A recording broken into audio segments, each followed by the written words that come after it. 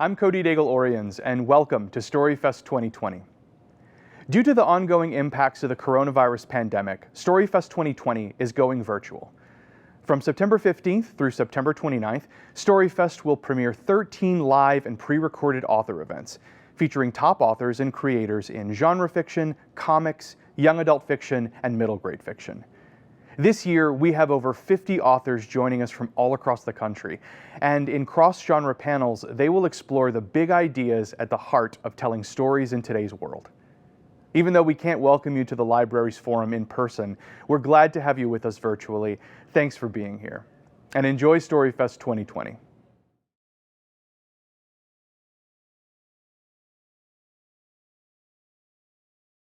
Charlie Jane Anders is the author of the highly acclaimed science fiction novel The City in the Middle of the Night, which won the Locus Award for Best Novel, and the upcoming young adult science fiction novel Victories Greater Than Death, coming spring 2021 from Tor Teen.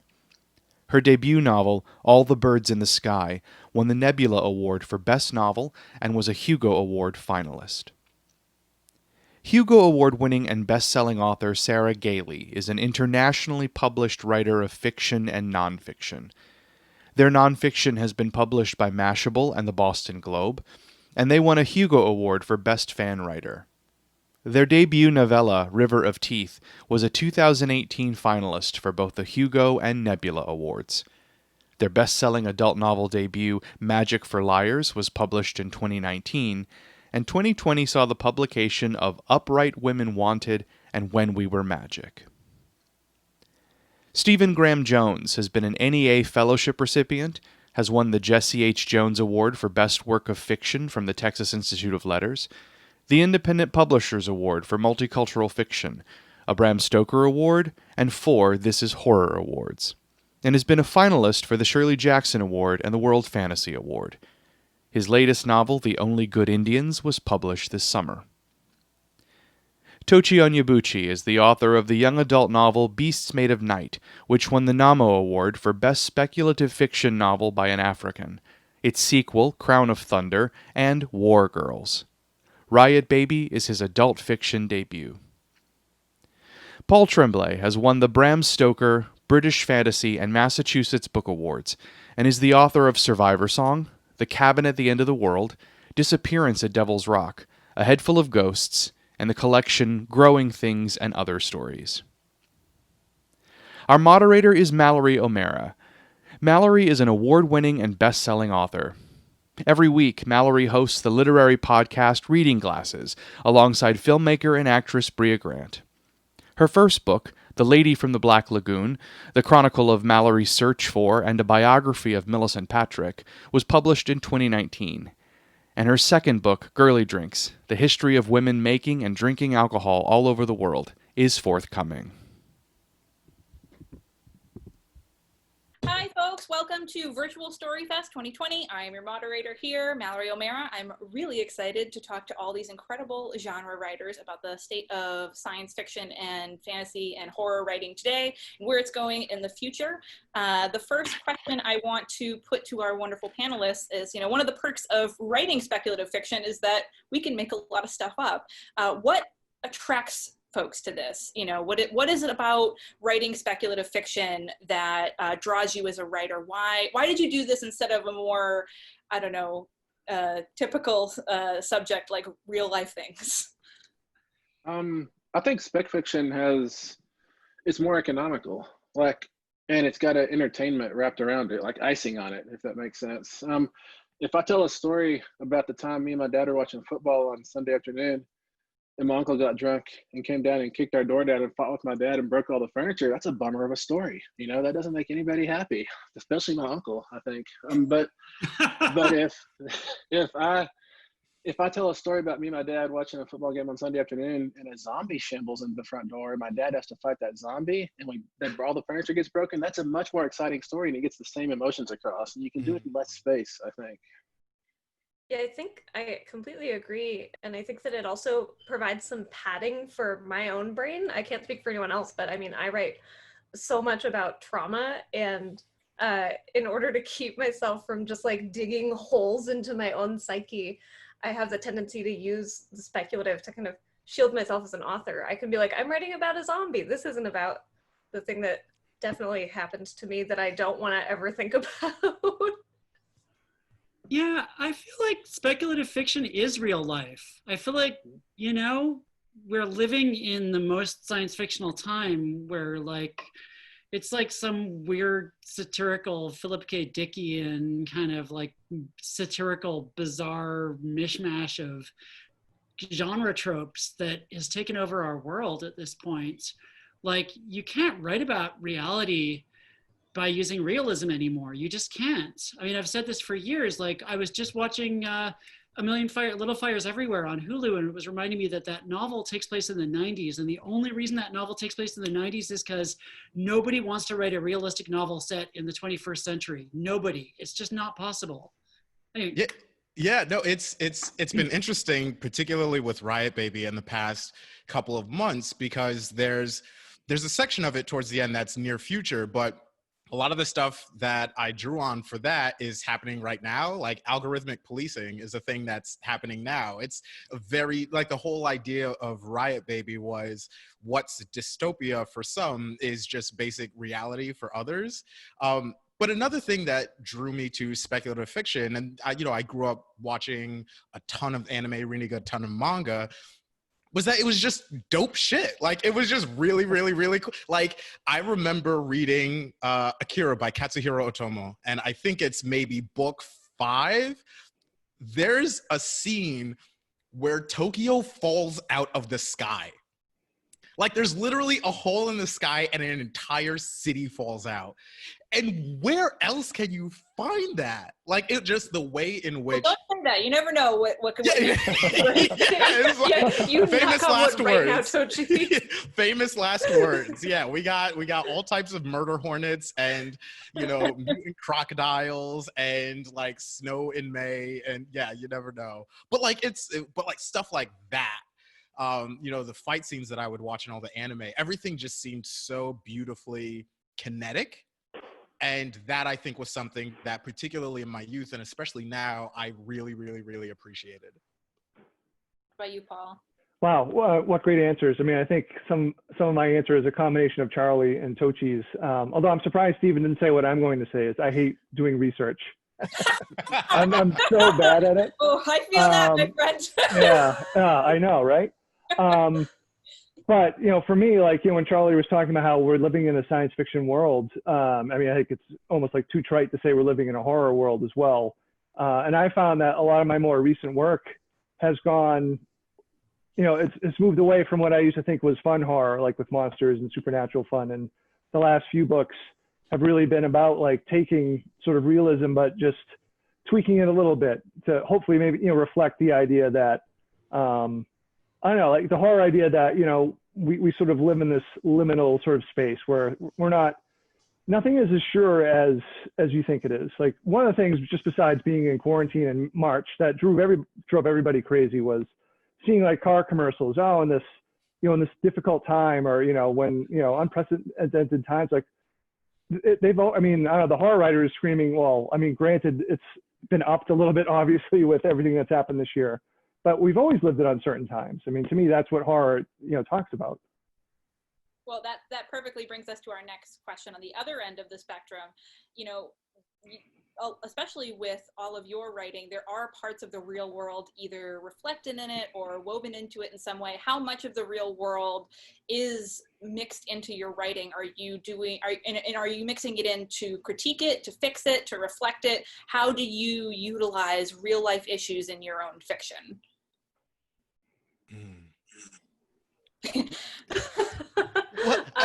it's funny. There are a couple different ways in which I've gone about it.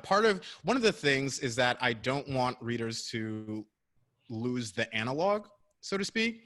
Like with Riot Baby, I didn't want any sort of message or anything that I was trying to say to be buried under levels of allegory or metaphor. I wanted it so that like Rodney King makes a cameo appearance.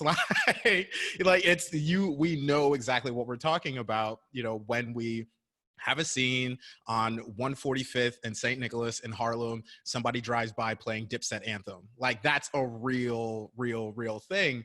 And for me specifically with Riot Baby, it came out of, 2015, 2016, that very horrible time where there was this profusion of videographic evidence of officer-involved shootings. And it was very much a response to, or at least an expression of what I was feeling at the time, which is, I literally just want to burn it all down. And I wanted the it to be as specific and recognizable as possible. I wanted the it to be literally the police state as it exists, now, and I didn't want anybody to miss that. And similarly, to a certain extent with War Girls, I wanted to specifically reference the Nigerian Civil War that actually happened. I didn't want to rename it something else, even though it happens 150 years in the future. I wanted it to be about this unresolved trauma that this nation has not dealt with, and that is a big cause for a lot of its current dysfunction. Yeah, there's no real need to be subtle right now, folks. Yeah. Yeah, I'm a big believer in, sorry, was I interrupting or? No. Go, it's hard to tell go. sometimes on Zoom. I'm a big believer in knowing what real world stuff you're talking about in your fiction. And I feel like there's the kind of wimpy thing that people sometimes do where they're like, oh, my story isn't political. It's just, oh, I'm just writing about fairies and elves, and it's just, oh, it's not about the real. It's like, shut up. You're writing about the real world. You live in culture. You live in reality. You're not in a fucking bunker. Sorry, you're not in a frickin' bunker somewhere, with no TV or whatever. You're in culture. You are responding to the real world inevitably. And with my young adult book, Victory is Greater Than Death, which comes out next year, I thought a lot about the metaphors that I was creating and how I was trying to, it's kind of like a take on Star Trek and Star Wars and all those things. And all of those things are inevitably about imperialism. They're inevitably about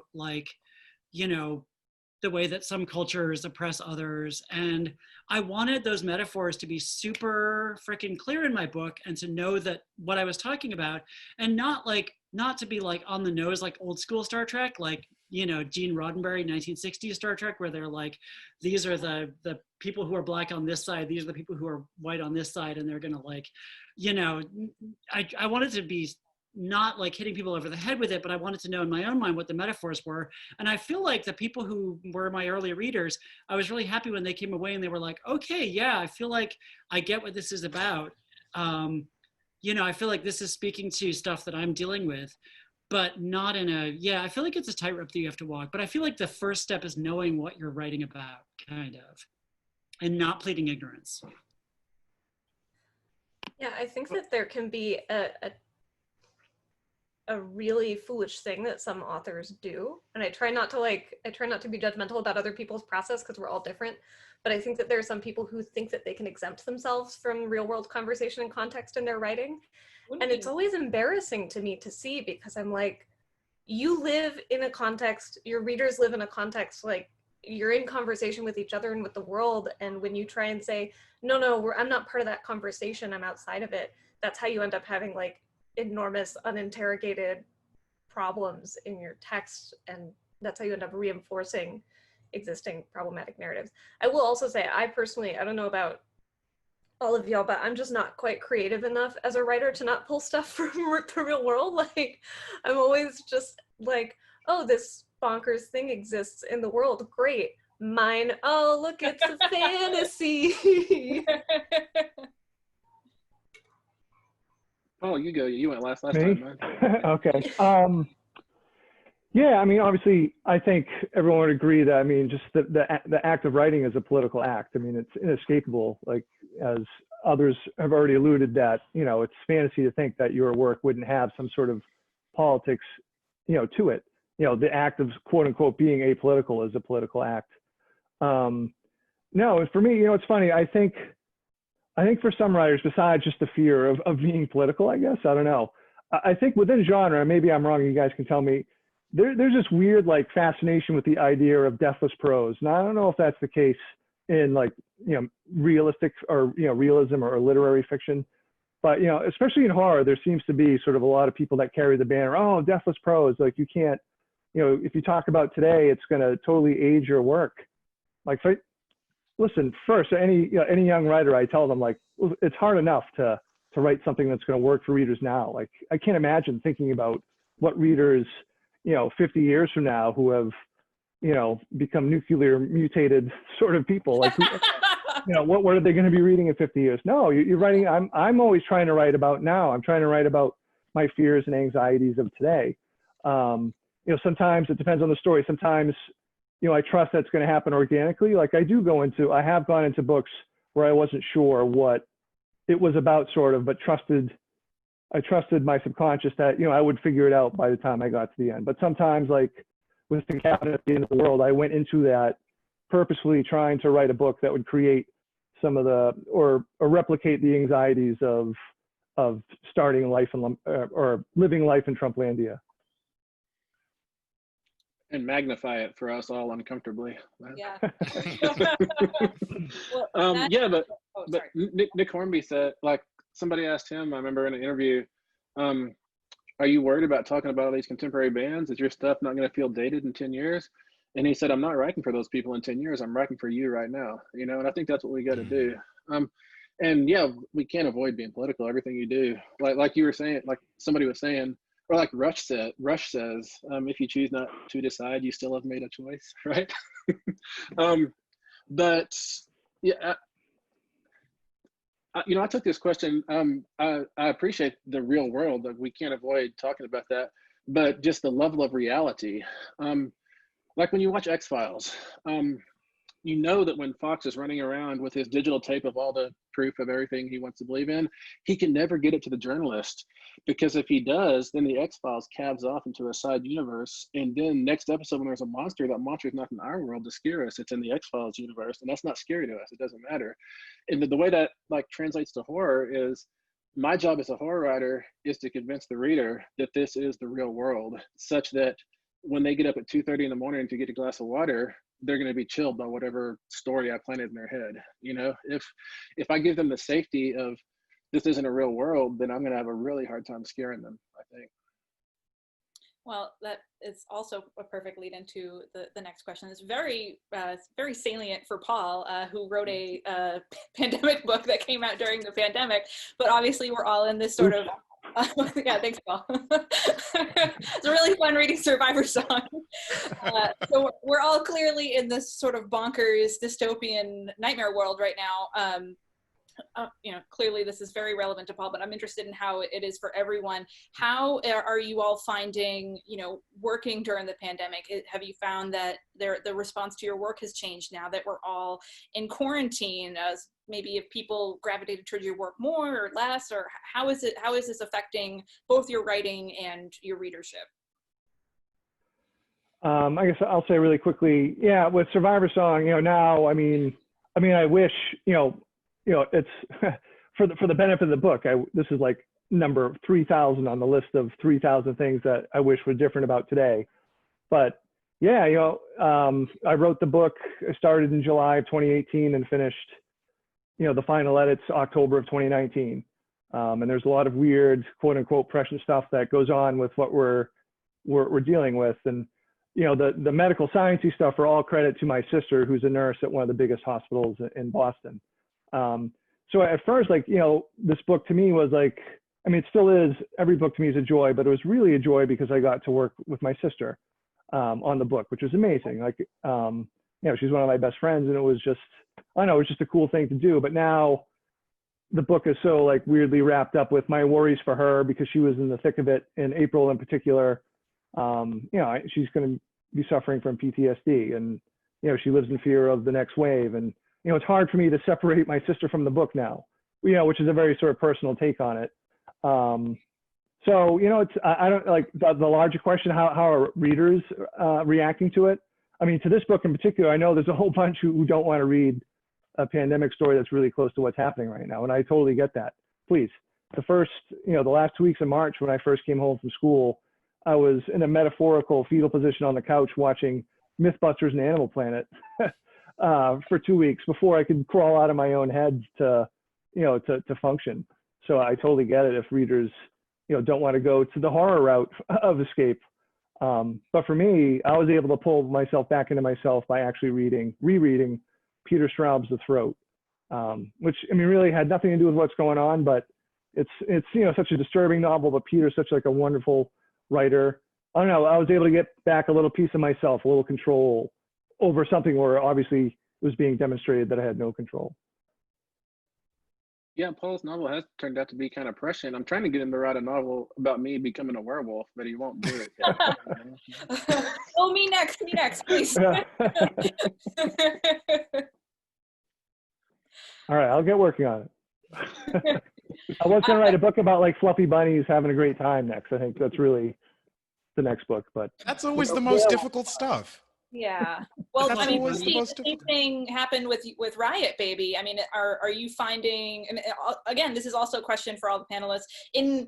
At the same time as we're in this pandemic quarantine, the world has, or at least this country has been woken up, or some of the people in this country have woken up to, systemic racism and all this like nightmarish social issues that a lot of the population has always been dealing with. And it's really changed the landscape for a lot of folks. I mean, Tochi in particular, but for everyone, have you found that, have people been more attracted to your work, looked at it in a different way? Has it changed your writing or the things that you want to do in the future at all? Yeah, it's one of those things where the book has suddenly become so timely, and my wish that it weren't so isn't like my wish that the book were different, but rather that the world were different, or at least the country were different.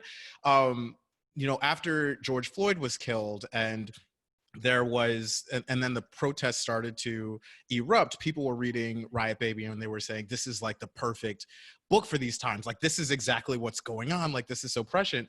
But I wrote it in 2015, 2016, very much in response to a different moment that had, a lot of the same DNA. And I think the takeaway, at least with regards to issues of racial justice in particular, is the sort of interminability of it. Like, I could have written the book in 2003 after Sean Bell, and it would have been very much the same book. And so I think one of the things that heartens me about the response to the book is how many people feel seen by it, or feel that they are being expressed through the book. Because I remember distinctly feeling around the time that I started writing Riot Baby, this titanic sense of loneliness, because it's the feeling of not only belonging to an oppressed class, but a hunted class. Like, I think that was the predominant feeling that I was feeling at the time, because very quick succession, you had Michael Brown was killed, the video of Laquan McDonald came out, Philando Castile, and then we had the non-indictments of Daniel Pantaleo and Darren Wilson, and like all these things, all these sort of reminders over and over and over again in quick succession that like you don't matter. Like, you can be your detritus in the American system. And I feel like, even though I knew intellectually that, being a member of a pretty sizable part of the population, the Black American public, that I wasn't alone, that at the same time, emotionally, it felt very, very, very isolating. And I think one of the things that it seems as though Riot Baby is doing, at least, this is my hope, is that it's alleviating that sense of hopelessness for other members who feel particularly hunted, particularly right now, given, the heightened visibility of things and, particularly the pitch at which things are operating. I hope that that's a feeling that Riot Baby has been able to convey. And I mean, Sarah, you released a book this year about queer librarians fighting fascism, which is historical fiction, but doesn't really feel it feels very present day right now. I mean, it's a near future novella, but it's like a pulp western kind of setting, which is always really weird to try and explain to people. That is just what happens to a nation when it becomes so concentrated on colonialist, imperialist, military projects that it sinks all of its money into those and takes them away from social programming and like public works programmings. Programmings is sure not the word that I wanted there, but you know what? Whatever. There's nothing in here these days. This is all you're gonna get. It's resonating so much with readers, which, like, I mean, Tochi was saying, it's this sense that this thing that I did is making people feel a little bit less lonely in this very lonely time. I've been hearing from so many queer people who are like, oh wow, this is a book where my choices aren't exist in a different reality from this one or have a tragic, brutal, horrible life. Instead, there's a reality where like I can be part of the fight, even if it's not at the level that I want to be, which is great and also terrifying. It's super scary to be a writer right now who is, you know, I mean, I kind of every time I sit down to write, I'm asking myself, okay, so am I willing to keep on writing the kinds of things that I write and trying to tell people the kinds of things I want to tell them, even as it starts to feel more and more dangerous to be doing that? And the answer keeps on being yes, because, you know, when you grow up like queer, disabled, gender nonconforming, you kind of get used to the idea that you might die at any time. So it's like, great, at least I'll use that for a project. And Stephen, too, your, you know, The Only Good Indians is a book that so deeply reckons with race and people reckoning with their own identities. Have you found people changing the way that they read it, that they look at it, looking at it a different way? That's a good question. You know, when I published this novel, or before this novel came out, actually, I was really nervous that the title, like The Only Good Indians, I was afraid to bring that phrase back into circulation. The only good Indian is a dead Indian. I was afraid that if I do this, there's going to be a sliver of the big pie out there that's going to feel like they've now got license to start spouting that around, you know, which is my overestimation about how many people are going to read my book, of course, you know, but I was really worried about that. I mean, I don't want to bring it back into circulation. I want to bring it back so I can cut its feet out, if that makes sense, you know? So I was worried about that. Whether people are changing how they feel, man, I don't know. A lot of people are telling me that they either didn't know Indians still existed or they didn't know what it was like to be an Indian, I guess. So I don't know, maybe that's a change. I mean, it's better to exist than not exist, I guess. Woof. And Charlie Jane, I mean, you started out during this pandemic writing this amazing series, you know, Never Say You Can't Survive. And somehow, the more, as you continue writing the series, the world just keeps getting wilder and wilder and more chaotic. I mean, how is your plan? How has the reaction been to that? You know, how is your arc for the series progresses? I mean, what are, as murder hornets and like, who knows, fire tsunamis, like all the wacky stuff that's going to be happening to us this year. I mean, how is Tokyo falling out of the sky? Yeah. You know, how is it writing for writers trying to reconcile and reckon with this world that we're living in? Besides, yeah, I mean, half gerbil, half stegosaurus, you know, giant monsters stampeding down the street every freaking day. It's an exciting time to be alive. You know, I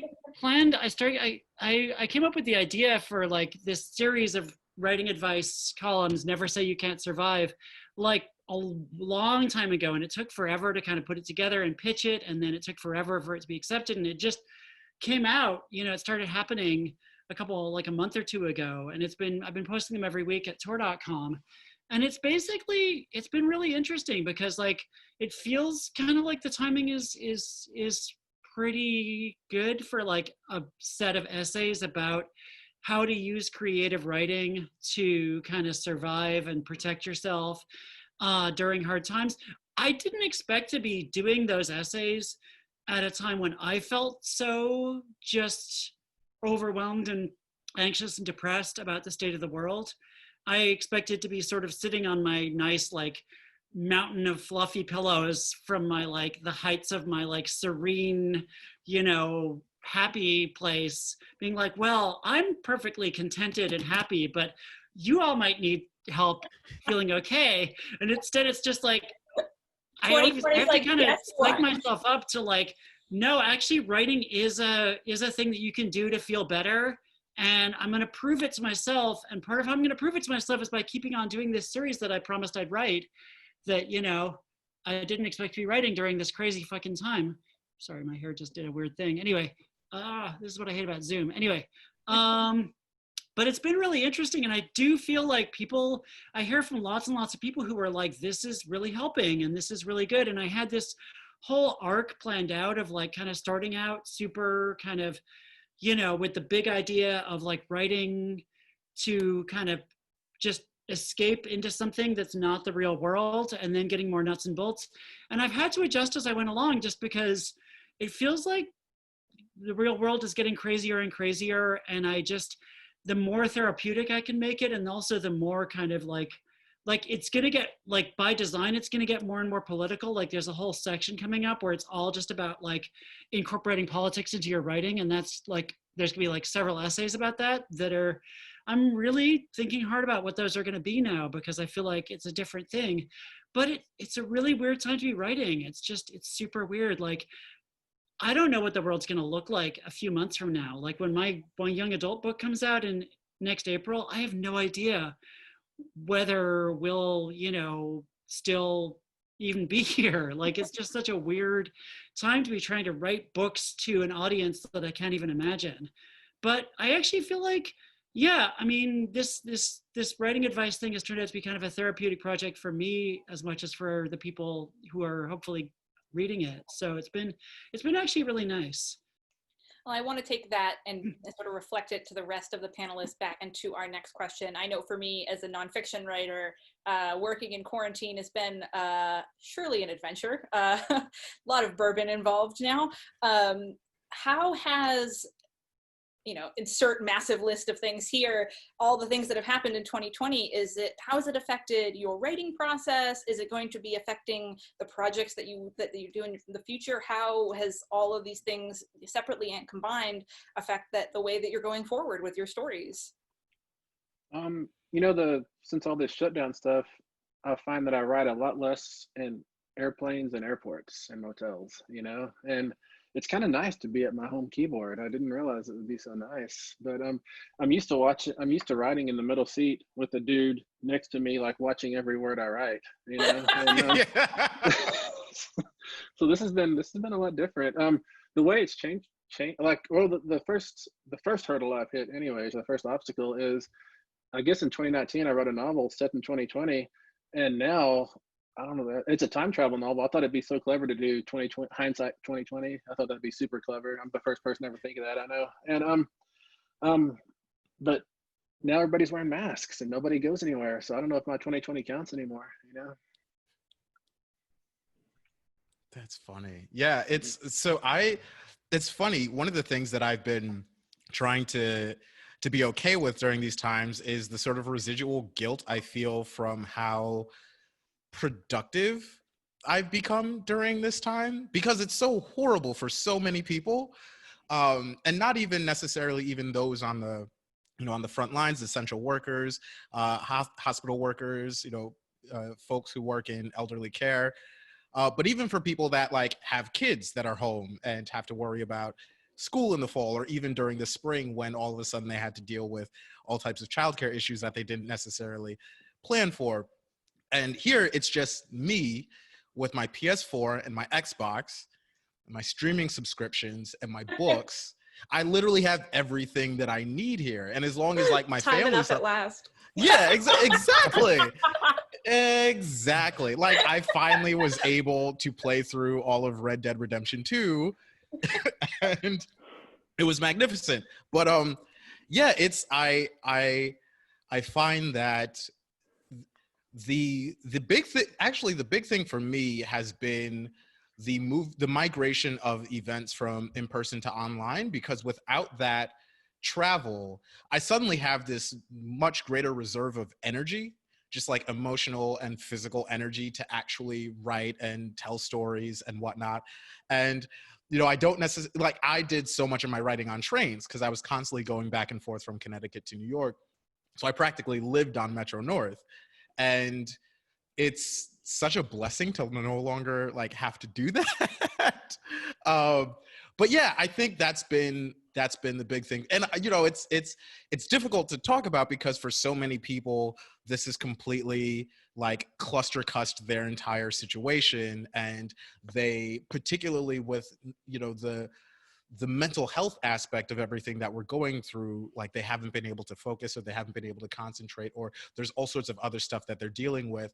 And then there's little old me over here who's like, you know, in paradise because nobody's bothering me. But I think, you know, in all honesty, like that's been the situation that I found myself in. Looking forward to 3 new novels from Tochi. Yeah, no, basically, you know, that's, you know, just you wait. Yeah, Sorry, you go. Oh, I was just gonna say I have like the exact opposite experience because I live in a household of 3 people, and now everybody's home all the time, and I'm the one who has like kind of the particular set of brain cells that can do like household logistics. So now none of that's outsourced to their workplaces. None of that's anywhere else. And also, you know, it's more people around all the time. So my focus is like completely shot. My productivity has gone way down. That said, I've learned to find so much more comfort, like visceral animal comfort in my work, in reading and writing and being part of the community that is publishing, where before it was always, you know, at least partly a job, right? It was like, okay, from these hours, I'm going to sit down and I'm going to write because that's my job that I do so that I can turn the lights on and off in my house, like reliably every day. And now it's more like, okay, I'm going to sit down and I'm going to write during the time that I'm able to, and that it nourishes me. And I'm going to find a way to tap into that so I can do it, which has been just a huge shift for me, and actually really nice. It's really reconnected me in the parts of me that I think were burning out before all this started. Yeah, I mean, I was sort of expecting to be more productive during this time because of the whole thing where I don't have to travel and I don't have any distractions, but it was a really rough spring for various reasons, and I just got super derailed, unfortunately, and I'm getting my groove back now, but it's just been everybody I know is really hurting. It's hard. I'm having to try to stay off Twitter and social media in general, because if I get on for a minute, I just get sucked in to like all of the everything, and it just takes over my brain for the rest of the day pretty much. So I'm trying to do that. But you know, returning to what we were talking about before, it's also just like, it's so hard to like know what to write right now. Like, I'm working on the sequel to Victory is Greater Than Death, which is a book that's, you know, it's my second young adult novel. It's going to come out sometime in 2022. And there's stuff in there where I'm like, well, when I came up with this in 2018, or 2019, it seemed like a really good idea. And now I'm looking at this stuff and I'm like, this feels really dated already. Like, you know, I had a whole thing in like the second volume of the YA trilogy that was very obviously about Trump. And I'm like, I really hope that this would feel dated in 2022. I mean, if it's not, then we won't even be reading books anymore. We'll just be smearing blood on the walls with our bare hands. And like, you know, that's gonna be the only reading left, is just like the blood smears. And you know, that'll be culture in 2022. So, you know, are you guys not already doing that? Yeah. I mean, you know, I feel like, you know, we take art where we can find it right now, you know? But anyway, so I ended up actually toning down some of the stuff that's about Trump in that book, because I was just like, I want this to be a book that actually speaks to 2022, not 2018. So we'll see. Yeah, I'll say briefly, I've had generally a hard time to be focused and productive. In a lot of ways, like what Tochi was saying, I mean, I'm very fortunate, like, you know, all 4 adults, or 2 adults and 2 mostly adults, you know, my wife and my 16-year-old and my 20-year-old are all in the house, you know, so it's been great having everybody home. But it is sort of weird how this like crucible just amplifies every worry, every anxiety, every emotion. And it's, you know, for me, it's been emotional whiplash going between like worries for certain family members. And then like, if I jump onto Twitter and just totally get sucked into there, and like, you want to pull out from there, and it's, you know, then more personalized worries, and, you know, which is everybody is going through. So I do feel lucky that the book that I just sold as a, you know, to my publisher, I'd come up with the rough idea in the fall. So I didn't have to worry. I didn't have 2020 hanging over like the genesis of this novel. it's certainly going to imprint this novel. It would be impossible for it not to. And in some ways, like usually I dread writing. I know I'm one of those awful writers. But there have been times, I would say 50% of the time, like I've enjoyed writing more because it has felt like, oh, you know, I was able to just disappear into the page, because most of the time that I'm in this book it's, you know, me as a high schooler in the late 80s. So for this chunk of the book. So it's been nice to actually literally just take my head out of now to go back. But, you know, as soon as you break out of it, as you know, it's just like everything comes rushing back. And I don't know, now it's just September looms and my possible return to high school in September. And, you know, same with my two kids, et cetera. You know, it's so hard for everybody. You start thinking of everybody, it gets overwhelming. So yeah, I don't know. I'll stop there. Well, you know, I've been sort of poking fun at both Paul and Tochi for writing these books that are so you know, a little too almost too on the nose right now. But reading them, I'm you know, it felt almost cathartic to take in this experience in a slow way. You know, right now we're all doom scrolling through Twitter and glued to the news and absorbing all these things almost faster than our brain can process them. And it almost felt relaxing to read about them in a way that was more measured. Are you folks finding solace in are you gravitating towards genre reading as readers? Are you finding that readers are getting more into speculative fiction as we're living in this dystopian nightmare land? You know, I think there is a solace to be found in horror anyways, because we are living in a horror landscape, obviously. And when you read a horror novel, watch a horror movie, whatever horror you engage, it begins, it gets terrible, and then it goes over. And so when you read that, you realize we're going to go through the whole arc. It's going to go over at some point, you know? And so as terrible and scary and awful and painful as a horror novel can be, it's got a little bit of something. There is an end of the tunnel. Even if it's darkness at the end of the tunnel, there's still an end of the tunnel. And we're in the tunnel right now. And so stories that whisper to us that there will be an end to this tunnel feel good, I think. I would say, like, I've been very, very pleased and honored that, like, hearing from readers saying that they found some hope, you know, from my novel, and, like, you know, similar catharsis, but also hope in the friendship that's the core of the novel. And it's strange, maybe to go back a little bit to what you asked before, like, when I wrote the novel, without getting spoilery, I thought the end was really sort of subtly a horrific. But now that 2020's hit, I don't think my ending is nearly as horrific. Because, you know, I think it's more hopeful, like reading it in this light. You know, it's sort of like strange how that's changed. But what do I know? I'm the jackass who read Albert Camus' The Plague last week for the first time. Why? Because it was there. I keep bouncing back and forth between like more kind of just happy, fluffy stuff, like a lot of like just fun comics, and then stuff that's more heavy and intense. Like I actually just read Walking the Clouds, which is this anthology of indigenous speculative fiction that I think you're in, right, Stephen? Yeah, and it was amazing. And there's a lot of heavy stuff in there, but it has a lot of really cool perspective. And but you know, I feel like going back and forth is turning out to be a good thing for me. There's a delivery guy at my door. I'm going to be right back. Yeah, no, I've found that for me, the solace hasn't necessarily been in the content of the work so much as its length.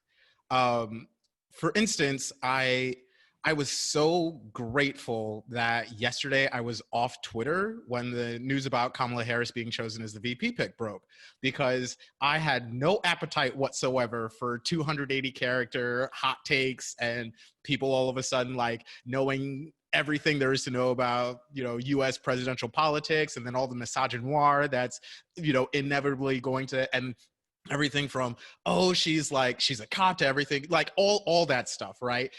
For me, I found a lot more pleasure and insight in reading like a long form essay about her or a profile about her, or just like it. And it's that sort of thing. If there's a work of a particular length that I can lose myself in, whether or not it's educating me on a particular topic, I think that's the sort of thing that I've found myself gravitating towards. Is it's the sort of like take a moment and breathe. Like I finally read the Remembrance of Earth Past trilogy, Three Body Problem, Dark Forest, and Death's End, and the human race gets obliterated, right? Like that's the story. What a But like, relief. yeah, exactly. But I was like, I can like, this is like 500 pages of aliens destroying us, and I can just like take my time with it. But it was that sort of thing. I'm rereading Blade of the Immortal, this, this epic revenge saga graphic novel by Hiroki Samura that like I first read in like middle school, high school, and that like literally changed my entire life. Like its fingerprints are all over everything that I write, and I'm rereading it now, and it's all this like super graphic like violence, but it's all just beautifully drawn, and there are these like dual page tableaus when like the killing blow is struck, and it's so acrobatic, but it's like, it's lovely, like it's so aesthetically pleasing, and I can just marvel at it. And I find that that's something that I've been able to sort of take solace in, is like if there's length to it, like girth to it, and it's got this aesthetic like intelligence about it, like that's I can dig it. Girth and aesthetic intelligence. That's If a I really had a good nickel. point. Yeah. I set that up, the alley-oop, and you slammed it down. I was waiting for it. That's a really good point about long form stuff, because long form stuff allows you to kind of meld with another mind and work out your empathy muscles, where 280 characters, it just like tickles your funny bone or pricks your rage or something. It provokes a response. But when you read a long essay, you're communing in a way and feeling. That's a really good point. I'd never thought about it, which is, I don't mean this as a dig against poetry at all either. I think poetry that has 280 characters is probably wonderful, but tweets are not so wonderful. Yeah. I think there's something to be said for how much reading, and especially reading longer form like that, lets us choose when we're engaging with emotions and with stress. I know that for me, I know this isn't true for everyone, because I've seen a lot of inspirational Instagram posts about deciding not to think about things. But like for me, I don't get to pick in the real world when I'm stressed out about, like, say, a raging pandemic or an ongoing legacy of brutal violence in my country. Like I can't pick when I'm gonna worry about that stuff. It just exists inside of my skull at all times, like a colony of bees. But when I'm reading something, if it's scary or if it's stressful or if it's light and fluffy and happy, no matter what, I get to choose my engagement level. I get to decide that, like, I'm exposing myself to the stress now, and then if I need to, I can put the book down and be like, all right, I'll come back to you later when I'm ready. Or I can be like, I'm on for the ride the whole time because I know that there's gonna finally be some kind of narrative satisfaction. It's so tempting to narrativize what's happening in the world right now. And, I think that's a way that a lot of us cope, but also that can let us fall into the trap of hoping for some narrative satisfying resolution to the stress that we're under. And boy, that doesn't seem to be coming along. Yeah, I've been reading a lot of YA because I'm trying to write YA, and so I'm trying to get that in my head. And I feel like YA is really good for just like sucking you in and making you care about these people and making you just root for them and having all the feels. And I feel like as long as there's that, like, that's a really good thing for me right now, is just getting sucked into caring about people. And I don't care if it gets scary or messed up or upsetting or,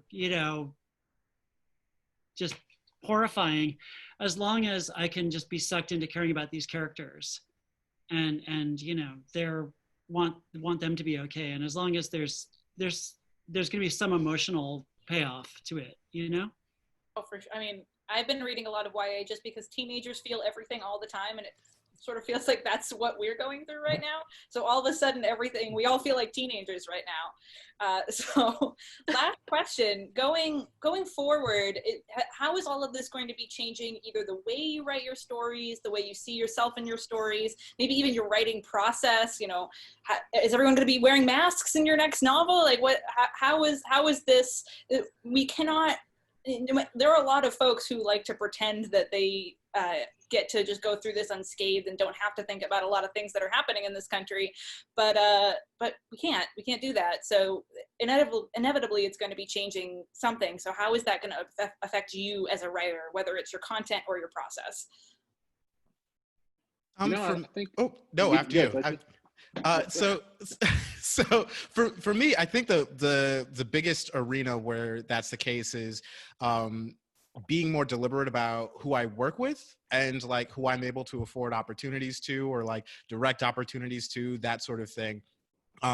Because before I was very lucky to be able to work with, you know, a very diverse representation of the industry, but it was much more incidental. And I think now I want to be much more intentional about, you know, working with Black creators, you know, putting Black cover artists like on the radar of, you know, publishing departments, and you know, working with Black editors on certain stories, and because they're out there, like, and I knew in my head intellectually that they were out there, but I didn't necessarily have the urgency that turns that knowledge into action before like the last couple of months. And so I think that's probably the biggest change for me. Yeah, I mean, I think that that's definitely something I've been thinking about a lot too lately, how to use whatever power and platform and whatever I have to help other creators, especially marginalized creators, especially QTPOC creators, and, you know, how to provide, like, you know, how to pull other people up with me, which is something I've always thought about in a kind of like, oh yeah, you know, that's the thing I want to do. But I'm really thinking about it more intensely and more directly lately, and just ways to try to concretely make that happen using whatever ability I have. And I think that that's something that I've been really giving a lot of thought to. In terms of like, you know, I was talking the other day with a friend who's working on a book that takes place like in the present, and it's not during a pandemic. It's not, there's no masks in it. It's a book she's been working on for ages. And my feeling is, you know, there's gonna come a time when we're not all wearing masks anymore, and people aren't gonna necessarily wanna read about masks or pandemics at that point. I mean, they might, if it's like, that's what the book is about, but I think that there will be a time when we're gonna want, you know, when we're gonna kind of return to some version of like the way things were, even if it's not exactly the same as it used to be. And I think, I don't know, you can't really predict, but also when you're writing the book, you write the book and then you sell it and then you revise it a million times. And at some point when it's closer to publication, you can think about that stuff. But I think that I wouldn't want to write a pandemic novel now, because I just feel like it would be really hard to write about this time and know how it's going to land in a year or two. I don't know. Yeah, it would feel too close for me. Writing pandemic fiction would feel, first of all, too close, and second of all, I'd be terrified to get it wrong, and I'd be more terrified to get it right. I also think, I mean, I foresee like a pretty significant shift in a lot of writing, because for so many people, this is the first time they're experiencing real ongoing trauma, and for a lot of people, this is the first time they're experiencing like systemic communal trauma that they've been able to isolate themselves from for a long time. You know, I feel like many of us have friends and relatives and like in-laws who for the first time are saying, oh my gosh, things are bad. And you're getting to see that in real time and how that's changing people as readers and writers. I feel like I've always been writing for the traumatized set, and now that's going to be a much wider audience. And I just hope that I'll be able to bring the care to them that they need in their newfound traumatized state. Sarah, you'll be waiting to catch them with open arms. Welcome. Steven, you go. Did you answer this already? I can't remember. No, you I know, don't have a good answer. I feel like the way my writing will change, or my writing life will change, I think I'll just change with the genre. Like, you know, back when 20 years ago with horror, none of us knew, nobody knew what to do with cell phones, you know, in spite of Scream leading the way. So everybody was sending their stuff before cell phones. I suspect that in the coming years, we're going to see like a sacred space from 2020 till about like 2023 where nobody writes, because writing about 2024 is fine, because that's long enough, and the pandemic's long enough in the past that maybe the world is better. And you can write about it in a way that you don't have to account for masks and Trump and everything, you know. But so I wonder if I'm going to set anything in 2021. I kind of doubt it, you know. Oh, geez. I mean, all great answers. I mean, if I'm going to be totally honest with you, I really don't know like what it's going to do. I mean, I feel like I've just been so trying to like hang on by my fingertips to do the book that I'm doing now. That, you know, even like thinking of, what the hell am I going to do after this book? Even as a writer, I'm not someone who usually has like a bunch of story ideas in the well anyway. I kind of have to start over every time. I wish I had like, you know, ideas just at the wait. So I don't know. I'm certainly in no rush. I mean, when I finish this book, then I'll figure out what the next one is. But certainly, like so many of the other panelists talked about, you know, doing more to support, you know, new writers, especially own voices, for sure. Sarah, actually, what you said earlier about the closeness made me think a lot about the dynamics I've experienced and seen replicated with first-generation immigrant kids. So, you know, those particular hyphenate friends of mine, whether they're Palestinian American, Vietnamese American, Korean American, who are writing about the national traumas that their parents and grandparents experienced, and you know that were the reason that those folks fled their country to settle in the U.S.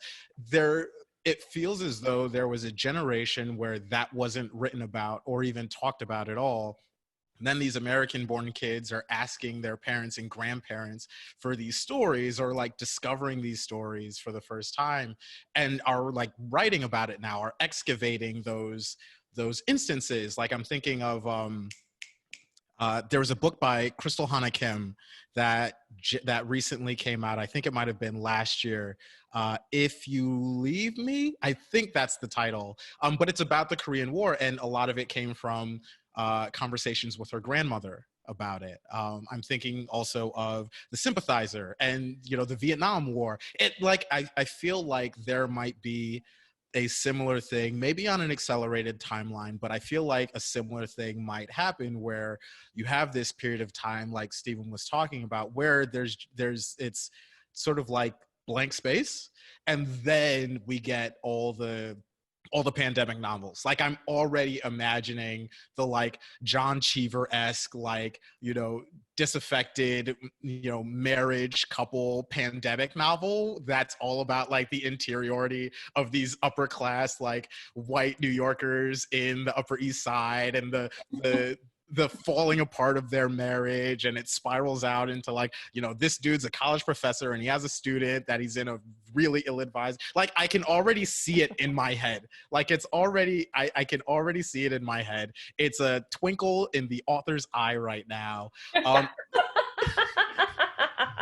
I do think that's going to come, just because there's so much material here for dramatic narrative, and I know there's an opportunity to profit off of it in that particular space. I think, you know, we're too close to it, and I do think, you know, we may see a similar thing where there's a period of time where it's just not tackled at all, for I think a lot of the fears that Sarah brought up earlier with, you know, not wanting to get it wrong, and then I think we might even see like a pandemic industrial complex like in the literary. I would not be surprised. Well, you know, I always wonder about all those older rich white men who have two families, what they're doing right now. Socially distancing from at least one of them. yeah, in a really real way. No, Tochi, you know, I was going to say, related to what you're saying, Tochi. It's kind of neat that we got Knives Out at the theater right before all this started, because that kind of set the mold for a closed door mystery. And now the pandemic is all closed doors. So maybe there will be like a return to Agatha Christie, who done it kind of stuff. That'd be kind of fun, you know? Oh yeah. I was just gonna say, Tochi, I think you're hitting it on the head, especially when I think about the way queer writers handle like the 70s and 80s and 90s in fiction and in nonfiction. There can be a conversational gap and a memory gap depending on who you know and who you talk to and what part of the community you engage with, where, you know, I know a lot of queer peers my age who don't really know very much about the AIDS epidemic, because people talk about it in a way that's trying to care for each other and each other's traumas that they experienced during that time. And I totally foresee easily foresee something like that. And I can also really easily foresee something that could be handled really well or really poorly that you see in a lot of queer fiction and nonfiction, where you'll get a story that is going, you know, like between two people, or like it's like a romance, or it's a history of somebody in the work that they did in their industry or whatever, and then all of a sudden it very abruptly ends with, and then this person died of complications from AIDS. And I feel like I can see a future of that in our fiction and nonfiction that's talking about this time period really easily. You know, Anyone the know? bad thing- Sorry, I made that dark. Like everything's dark right now. Yeah. Everything's like bituminous right now. You know, this isn't bad, but you're talking about the good and the bad versions of those stories. It almost feels like the way things work, you have to get a certain quorum of bad stories before somebody comes along and corrects all that with a good story. You know, so we have to suffer through like 6 versions of the bad before somebody says, this sucks, I'm doing it all over, I'm screw all that, you know? Does anyone Wait, that doesn't sum up 2020. Yeah. On that note, That's the tweet. does anyone have any final thoughts before we wrap this up? Burn it all down. Yeah, no, but like actually. Burn the mother down. Please vote. Please vote. So I know all of us here released books or some version of books this year, and in lieu of being able to hype them all up at a BarCon with all of you, as we close out, if everyone could, starting alphabetically with Charlie Jane, if you could talk about a work that you have right now and just sort of hype it up a little bit for folks that maybe have never read your work. Sure. So I have this series going at Tor.com called Never Say You Can't Survive. That's like writing advice for surviving hard times. And my young adult novel, The Victory is Greater Than Death, comes out next April. I think that's me next. I think so. I know my alphabet. Don't worry about it. Frantically was going through. I have got 2 fresh books on shelves. One of them is Upright Women Wanted, a near future pulp western about queer anti-fascist spy librarians on horseback. And When We Were Magic, which is a young adult contemporary fantasy novel about a group of teen best friends who have magic powers and are trying to deal with the consequences of an accidental murder. And you can buy them wherever you buy books. Maybe try bookshop.org if you're shopping online and you want to support independent booksellers. I am next, right? All right. Right now I have out The Only Good Indians, which is a slasher, which may or may not involve an elk. And coming up in a couple of weeks, I've got Night of the Mannequins, which may or may not have some mannequins in it, from Tor.com. Mallory, are we doing you? Oh, dang. Yeah. If you're interested, my book, The Lady from the Black Lagoon, which is a nonfiction, which I always pitch as Julie and Julia for weirdos. The paperback of it came out this year. My next work of adult nonfiction, Girly Drinks, is the history of women drinking all over the world since alcohol was invented, because, you know, it's I love not being able to go to the library. I think it's going to be out next fall. And I don't know by the time this panel comes out if we'll be up for pre-order or not, but it's called Girly Drinks and I'm really excited about it. My most recently released book was Riot Baby, a novella from Tor.com, came out in January, available everywhere books are sold. Please, I would recommend buying it from bookshop.org to support indies. And upcoming this October is Rebel Sisters, the sequel to my young adult novel War Girls. And now that I think about it, actually Rebel Sisters concerns mysterious illness that sweeps through a population. Wow. Oh my goodness. Tochi, why do you do this? I need to stop doing this.